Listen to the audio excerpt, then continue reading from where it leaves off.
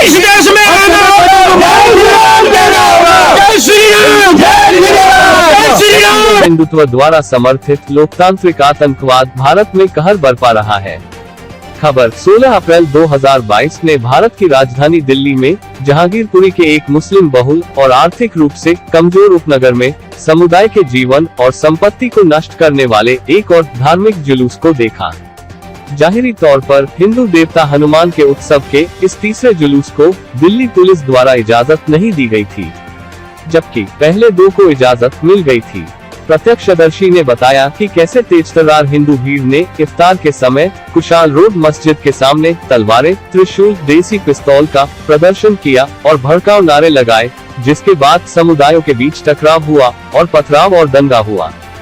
Delhi police ने 2 नाबालिगों सहित 23 लोगों को, उनमें से 16 मुस्लिमों को गिरफ्तार किया। दिल्ली नागरिक अधिकारियों ने 19 अप्रैल 2022 को मस्जिद के कुछ हिस्सों और लगभग 20 दुकानों को अवैध अतिक्रमण के रूप में तोड़ दिया, जबकि सुप्रीम कोर्ट द्वारा इस तरह के गैरकानूनी दंडात्मक उपायों पर प्रतिबंध लगाने के बावजूद यह काम नागरिक अधिकारों की वैधता की परवाह किए बिना किया गया।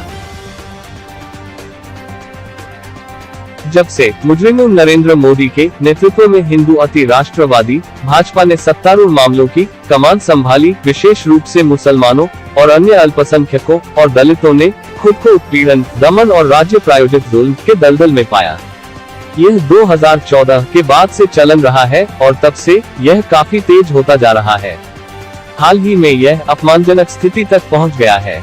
कोविड-19 महामारी ने CAA और NRC सांप्रदायिक उपद्रव को स्पष्ट रूप से शांत कर दिया, लेकिन अब नियंत्रित महामारी के साथ सांप्रदायिक एजेंडा फिर से कहर ढा रहा है।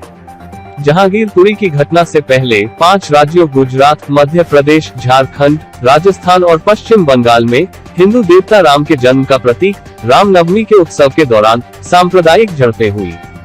राजधानी दिल्ली के जहांगीरपुरी में नवीनतम सांप्रदायिक शरारत दोहराई गई, जिसके परिणाम स्वरूप हिंदू भीड़ ने एक मस्जिद की पवित्रता को अपवित्र करने की कोशिश की।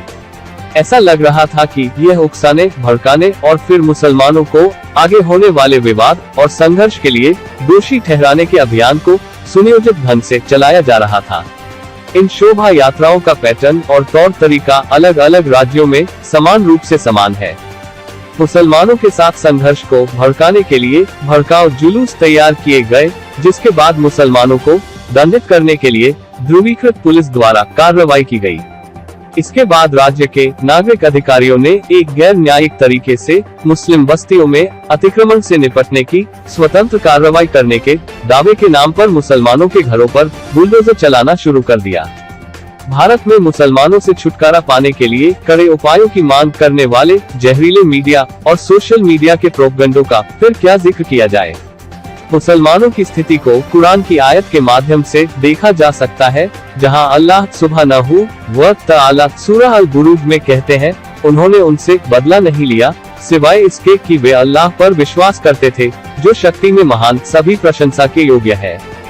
लोगों और सरकारी एजेंसियों के एक गिरोह द्वारा भारत में मुसलमानों को उकसाने और आक्रामकता का माहौल थोपने की कोशिश स्पष्ट रूप से नागरिक भावना के निर्माण, साथ ही नागरिकों का सम्मान करने और कानून के शासन के संबंध में सबसे बड़े लोकतंत्र की विफलता को दर्शाता है। लोकतंत्र की नाकामयाबी खुद लोकतंत्र के साथ जुड़ी हुई और अनिवार्य है, जो अपने ही नागरिकों के एक वर्ग को आतंकित करने सहित हर तरह से वोटों का हिस्सा हासिल करने के जरिए जीवित रहता है और पसंद करता है। लोकतंत्र की विफलता न केवल भारत में बल्कि यूरोप और अमेरिका में भी स्पष्ट है। जब इस्लामी सिद्धांतों द्वारा शासित राज्य के कार्यों की बात आती है, तो यह स्थिति एक आश्चर्यजनक तौर पर अलग होती है। पैगंबर सल्लल्लाहु अलैहि वसल्लम की हदीस ने जिम्मी यानी राज्य के गैर मुस्लिम नागरिक पर हमले को पैगंबर सल्लल्लाहु अलैहि वसल्लम पर हमले के रूप में समझा। इस प्रकार जिम्मी का बचाव खुद पैगंबर सल्लल्लाहु अलैहि वसल्लम का बचाव करना हुआ। राज्य द्वारा उपजा लोकतांत्रिक आतंकवाद बिल्कुल स्पष्ट है और यह विरोधाभास नहीं है, जहां भारत यूक्रेन के नागरिकों के लिए रूस द्वारा लाए गए विनाश के बावजूद अपनी रक्षा संबंधित खरीद को रूस से हासिल करने की दृष्टि से यूक्रेन में रूसी आक्रामकता के खिलाफ मतदान करने से परहेज करता है। इस तरह से पूरी दुनिया में इस समय लाभ या फायदे द्वारा तय की गई कार्रवाइयां एकमात्र उद्देश्य और कीमत के रूप में इस तरह के रुख की ओर ले जाती हैं। हालांकि भाजपा द्वारा अपने ही नागरिकों को आतंकित करना पश्चिमी ताकतों द्वारा गुप्त रूप से स्वीकृत किया गया है। उनके लिए अनुकूल व्यापार कॉन्ट्रैक्ट प्राप्त करने के लिए सभी स्तरों पर भाजपा नेतृत्व को लुभाने के लिए उनकी प्राथमिकताएं और लाभ जीवन और संपत्ति के मूल्य से अधिक है, जबकि वो रोज सार्वजनिक रूप से जीवन के मूल्यवान होने का लफ्जी दावा करते हैं और यह शब्दों में रहता है न कि उनके कार्यों में। पिछले कुछ महीनों में होने वाली हिंसा का पैटर्न 60 के दशक के बाद से, जब स्वतंत्रता के बाद पहला दंगा हुआ था, संघ परिवार द्वारा बनाए गए एक फॉर्मूले का अनुसरण करता है।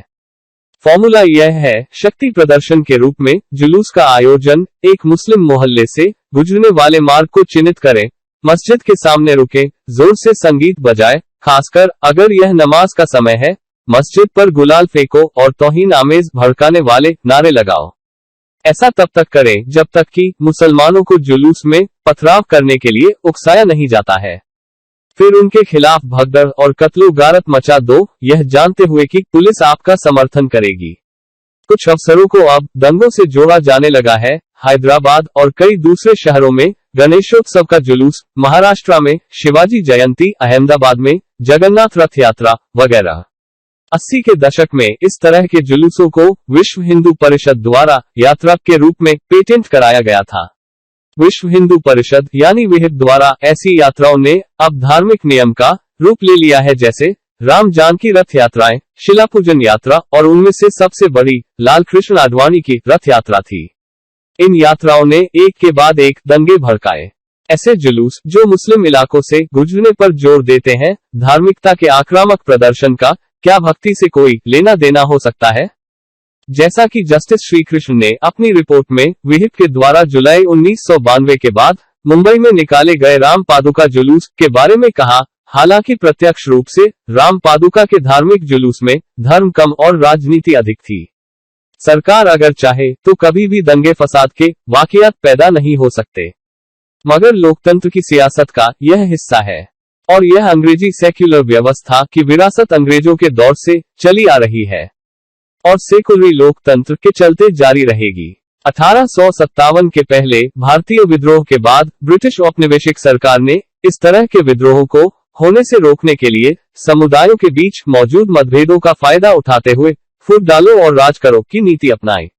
उस संबंध में भारतीय मुसलमानों और हिंदुओं को उनके धर्म के अलावा एक दूसरे से अलग सांस्कृतिक और राजनीतिक पहचान बनाने के लिए प्रोत्साहित किया गया, जबकि हिंदुस्तान की इस्लामी हुकूमत और शरीयत के कानून ने दोनों समुदायों को समान शहरी अधिकार और सुरक्षा दे रखी थी और सदियों से मिलजुल कर रह रहे थे, जहां गैर मुस्लिम आबादी को अपने धर्म पर चलने की पूरी आजादी होती थी। लेकिन शरीयत की हुकूमत अंग्रेजों द्वारा खत्म किए जाने के बाद दोनों समुदायों के लिए राजनीतिक नेतृत्व के बारे में खालीपन यानी वैक्यूम पैदा हो गया। आखिरी मुगल बादशाह को हिंदुस्तान के सभी समुदाय अपने नेता और कायद मानते थे। 1957 की जंग दोनों समुदायों ने आखिरी मुगल बादशाह के नेतृत्व को कबूल करते हुए अंग्रेजों के खिलाफ बगावत की। सियासी तौर पर अंग्रेजों के लिए यह जरूरी था कि इस हिंदू मुस्लिम सियासी इत्तेहाद को वो पहले कमजोर करे। इसके लिए उन्होंने कई नीतियां अपनाई, जिसमें से एक फूट डालो और राज करो की नीति है। 1905 में बंगाल का विभाजन ब्रिटिश औपनिवेशिक सरकार द्वारा धार्मिक आधार पर किया गया था। पूर्वी बंगाल का एक मुस्लिम बहुल राज्य और पश्चिम बंगाल का एक हिंदू बहुसंख्यक राज्य की बुनियाद डाली गई। दोनों समूहों की तरफ से इस धार्मिक आधार पर विभाजन का गहरा विरोध हुआ। दूसरी तरफ ब्रिटेन ने एक के मुकाबले में दूसरे के साथ पक्षपात की नीति अपनाई ताकि एक समुदाय दूसरे के खिलाफ हो जाए। दूसरा काम जो अंग्रेजों ने किया वो 1871 की पहली वैज्ञानिक जनगणना थी, जिसके के माध्यम से आधुनिक हिंदू और मुस्लिम पहचान का निर्माण किया था। इस ब्रिटिश विरासत को आज के हिंदुस्तान यानी भारत में उनके धर्मनिरपेक्ष एजेंट, पहले तथाकथित धर्मनिरपेक्ष कांग्रेस पार्टी और अब धर्मनिरपेक्ष हिंदुत्व भाजपा द्वारा जारी रखा जा रहा है। दोनों पार्टियों अपनी अपनी वैचारिक क्षमता के मुताबिक राजनीतिक लाभ के लिए और सत्ता पर बने रहने के लिए सांप्रदायिक कार्ड खेलती आ रही है। दोनों राजनीतिक दल ऊंची जाति के सनातनियों द्वारा चलाए जा रहे हैं। अंग्रेजों से हासिल धर्मनिरपेक्ष लोकतांत्रिक व्यवस्था ने उन्हें जो कुछ दिया है, इसके अलावा उनके पास शासन चलाने का कोई विकल्प नहीं है। हिंदुत्व कोई राजनीतिक विचारधारा नहीं है जिसके आधार पर सनातनी कोई संविधान गढ़ सके और विचारधारा के आधार पर हुकूमत बना सके। 22 अप्रैल 2022 को हाल के भारत दौरे के दौरान ब्रिटेन के प्रधानमंत्री बोरिस जॉनसन की एक जेसीबी फैक्ट्री की यात्रा ब्रिटेन द्वारा इन हालत के लिए एक मौन इजाजत मालूम होती है, जब ऐसे जेसीबी बुलडोजर भारत में राज्य आतंकवाद का प्रतीक बन रहे थे। इसके अलावा मुस्लिम दुनिया के शासकों द्वारा जवाबदेही की कमी भाजपा नेतृत्व को मुसलमानों के उत्पीड़न का लाइसेंस देती है और भारत में मुसलमानों के लिए इसे और भी बदतर बना देती है, जब वे मुस्लिम उम्मत से अपेक्षित मदद और सहायता के लिए तरसते हैं। इस प्रकार यह बिल्कुल स्पष्ट है कि जब सुरक्षा की बात आती है तो सभी प्रकार की लोकतांत्रिक व्यवस्थाएं अपने नागरिकों और बाकी दुनिया के नागरिकों को विफल करने के लिए तैयार हैं। पैगंबर सल्लल्लाहु अलैहि वसल्लम के मनहज यानी पद्धति पर खिलाफत की वापसी दुनिया के सामने अपने नागरिकों की रक्षा करने का नमूना पेश करेगी और दुनिया के बाकी पुरुषों, महिलाओं और बच्चों के अधिकारों की सुरक्षा के लिए खड़े होने के तरीके को प्रदर्शित करेगी अल्लाह के हुक्म से। अनस इब्ने मलिक ने बयान किया कि अल्लाह के रसूल सल्लल्लाहु अलैहि वसल्लम ने फरमाया, मजलूम की बद्दुआ से सावधान रहो, चाहे वह अविश्वासी ही क्यों न हो, क्योंकि उसके पहुंचने में कोई रुकावट नहीं है। स्रोत मुस्नद अहमद।